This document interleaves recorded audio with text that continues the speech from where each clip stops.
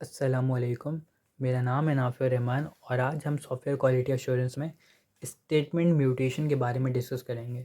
दो टाइप की म्यूटेशन हम प्रीवियसली डिस्कस कर चुके हैं, जिसके अंदर वैल्यू म्यूटेशन और डिसीजन म्यूटेशन था, और अब हम डिस्कस करेंगे स्टेटमेंट म्यूटेशन के बारे में।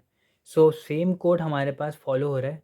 प्रीवियसली कोड में जो हमने यूज़ करा था ऐसा ओरिजिनल कोड, ये हमारे पास ओरिजिनल कोड को ही ऑल्टर किया हुआ है, जिसके अंदर हमारे पास इस पूरी स्टेटमेंट को ही रिमूव कर दिया गया है। स्टेटमेंट को म्यूटेशन में हमारे पास या तो स्टेटमेंट की डिलीशन होती है, या हमारे पास स्वैपिंग होती है, या हमारे पास उस पर्टिकुलर स्टेटमेंट की पूरी स्टेटमेंट को ही चेंज कर दिया जाता है। जिसके अंदर अगर डिक्लेरेशन हो रही है किसी वेरिएबल की, तो उसको एक स्टेटमेंट में चेंज कर देते हैं। For example e equals to 0 है, तो उसको a equals to a plus b में चेंज कर देते हैं।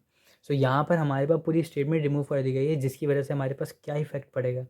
अगर हम x0 और y0 के लिए बात करें, y इक्वल्स टू 0 की वजह से ये एग्जीक्यूट हमारे पास ये स्टेटमेंट एग्जीक्यूट होगी और हमारे पास एरर आ जाएगा। बिकॉज ये स्टेटमेंट एग्जीक्यूट होने के बाद हमारे पास जो उसका जो बॉडी है वो एग्जीक्यूट ही नहीं होगी, वो होगी ही नहीं। सही है। तो अगर हम x0 और y1 के लिए करें तो हमारे पास सेम आउटपुट आएगा, बिकॉज ये स्टेटमेंट एग्जीक्यूट होगी। देन अगर हम x1 और y1 के लिए करें, हमारे पास ये स्टेटमेंट एग्जीक्यूट होगी, जो इसमें सही आउटपुट आएगा।